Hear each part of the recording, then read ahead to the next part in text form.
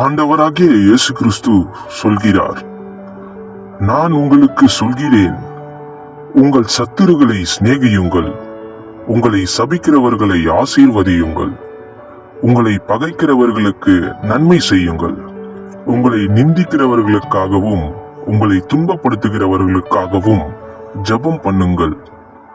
கிறிஸ்தவர்களாகிய நாம் இவை அனைத்தையும் செய்கிறோமா என்று நம்மை ஆராய்ந்து பார்ப்போம். சிறிய ஜெபத்தை ஏறெடுப்போம்.